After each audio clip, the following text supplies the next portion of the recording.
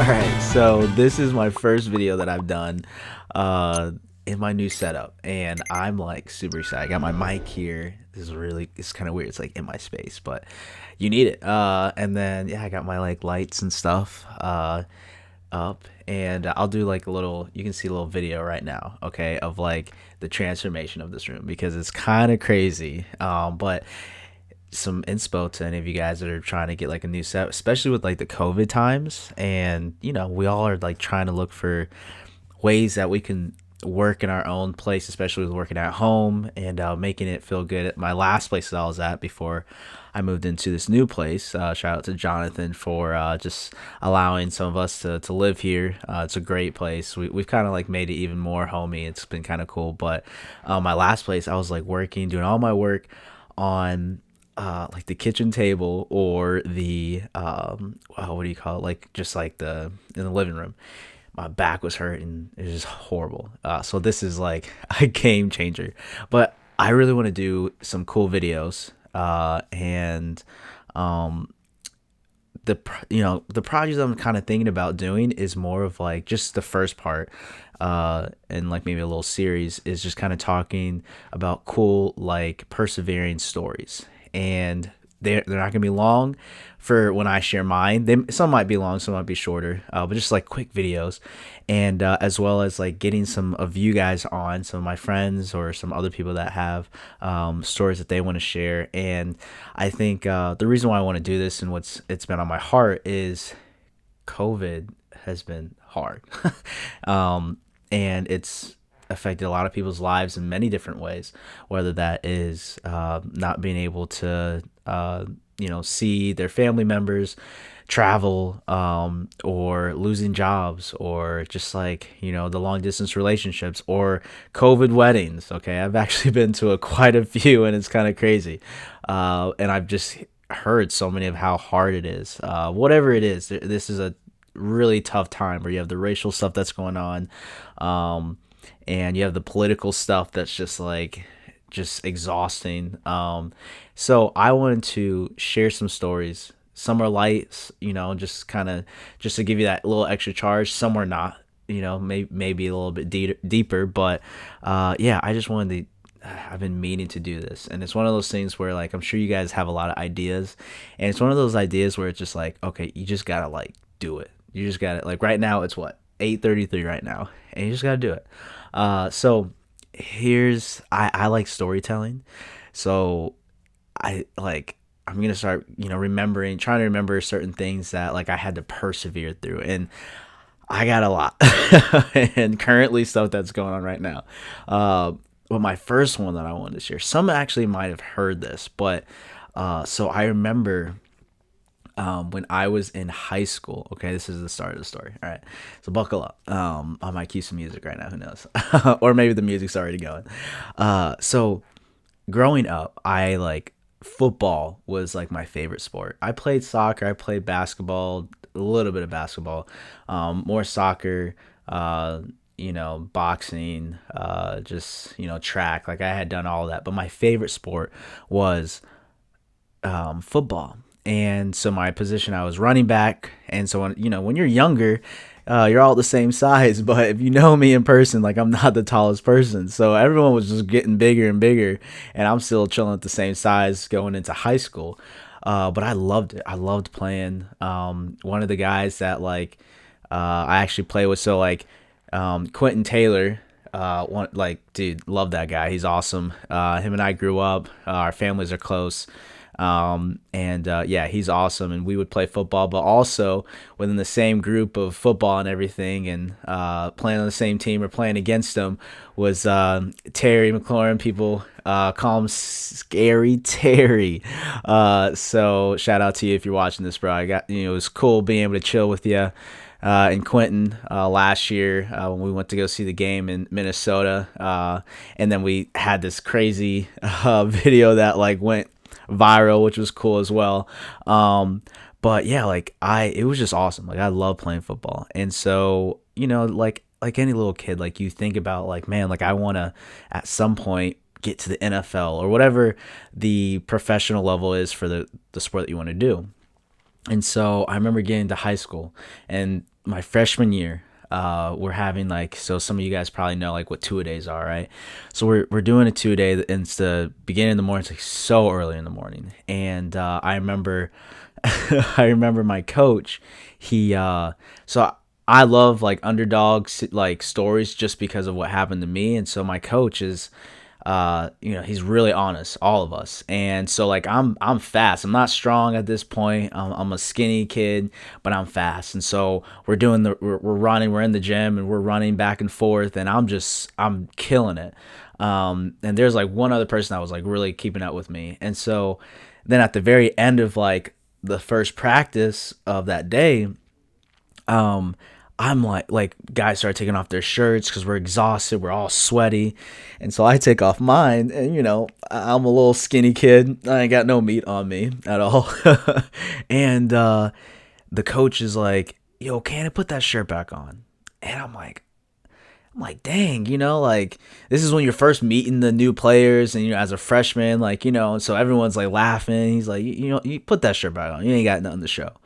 I'm like, dang, okay. And so like coaches are like that, right? You gotta be a little, thick skinned when it comes to that stuff. And so I was like, all right, you know what? Like I'm gonna show you. First off, it gave me like this motivation, like at some point to get strong and get big. And I'm a freshman, right? But then what happened next was crazy, and so everyone's starting to walk out. And he goes, Cannon, come over here, come over here. And I'm like, okay, So I walk over there, and he's like, what are you doing, man? I was like, what do you mean? And he's like, what are you doing? I was like, oh, I mean, just trying to work hard, coach, trying to work hard. And he goes, you're not gonna make it to the next level. He's like, if it was me, I would just stop now. Don't keep doing this. And I'm like, as a freshman, and that's like my whole life going up to that, like my favorite sport, everything I want to do. And I'm like, really? Like my coach, like, your coach is supposed to like pump you up. Now I can understand if it's like, still, I don't think a coach should say this, but like maybe it makes a little bit more sense when it gets to like your senior year and the coach is like, hey, I think you should worry about your academics more than your than pursuing football, because you're not really going to be able to get a scholarship, or I think it's just going to be better career wise for you that way. But as a freshman in high school, like first of all, there's so many people that hit their growth spurts and like can become better throughout the 3 years until they get a senior, and so I'm like, man, like you're already ruling me out, coach. This is crazy. So it continued. I didn't quit. I continued to play. And I remember during a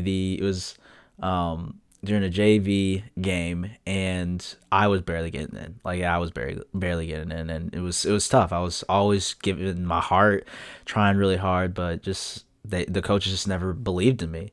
And I'm like, I know I can give to this team now. I know it. And so one of our kick returners, he had gotten injured the previous series, and so like, because he also played on defense, and so the punt team goes out there, and the punt return team, or group or whatever, and so the coaches forgot that he was injured, and so no one goes back there to get the kick.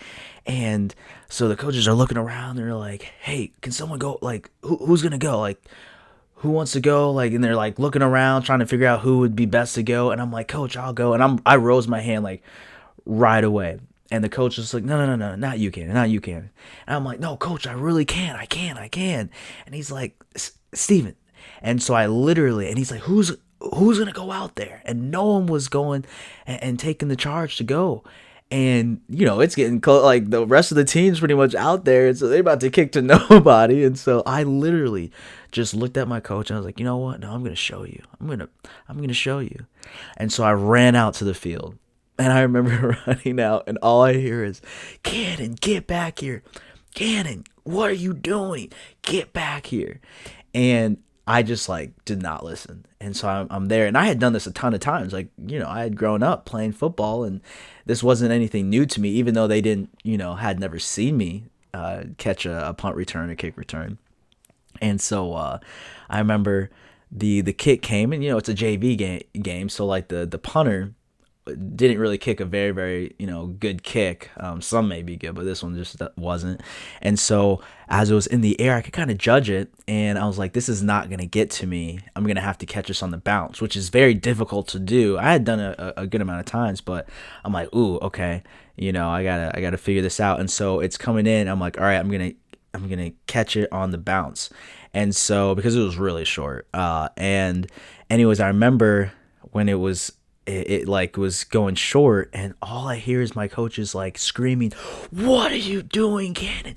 Get under the ball. What are you doing?" And I'm like, no, if I try to get under that ball, like, no, like something bad's gonna happen. So I literally, it bounces, and I catch it like it bounces and it hits the ground, and I judge it perfectly. I grab it in the air, and I'm just like, I literally crossed the entire team, like besides like two people. I it was All I heard was the crowd going crazy, and it went from, Cannon, what are you doing now?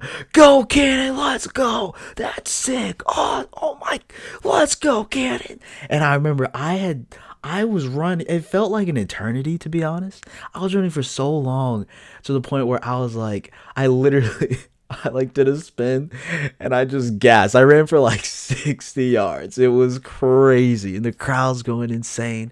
And I remember walking, like the play being done, walking off and looking my coach dead in the eyes, and just didn't say a word. And my coach was just like, and it was one of those moments where I was like, I could have allowed the doubt to creep in from my coach, from the players not believing in me. I could have allowed the circumstances of not being the biggest guy out there, or being the new guy, or whatever the circumstances are or were, to keep me from persevering and just going for it and sticking through what had happened up until that point. And so from there, like, actually the varsity coach of the track team had actually been had watched the game. And so later that week during school, the one of the varsity track runners came to me after class and was like, "Hey, the coach for the varsity track team, wants you to try out." And long story short, I ended up making it on the track team, and ended up running for the varsity, and one of the fastest for our school. And so it's one of those things where it's like, I want to share that story, and there's so many more I want to share. So we'll get to more, like, hopefully you guys have some cool stories as well. But I want to share that story just because it's like, man, like there's so many times that, uh, that we are faced with obstacles that are hard, and I'm sure many of you have whatever it is that you're going through right now. And if you can just persevere, and like, I'll tell you this, like, I know that God was at hand right there. I knew he was at hand. Like, I had the determination, but I knew God blessed me persevering. And so, but I just want to implore and motivate you guys and encourage you guys to, whatever you're going through right now, you can make it, and you can persevere. And I hope this encourages you. I hope this helps you to think about the times that you've persevered and been able to make it through something, and that you can be like, wow, like, okay, you know what, like, life's hard right now. Like, life's really hard right now. Like, this is ridiculous. Like, I can't believe the circumstance that I'm in, but I know that deep inside I can get through this. I can get through this. So that's my story. My name's Stephen Cannon. My brand name is Stavachi. I have a lot more of these that I want to do. And I hope you like this little story that I shared. That is something that really happened, and that I look to as a motivation for me whenever I'm kind of dealing with something. And just to remember, like, Stephen, you can do whatever. You can persevere. And God has time and time again held me and walked me through times where I trust in him and I just go after it. So you guys are awesome. I hope you guys are encouraged and motivated, and kind of go after whatever is the roadblock that's in your way right now. But yeah, I'll talk to you guys soon. This is Stavachi Productions. I'll talk to you later. Bye.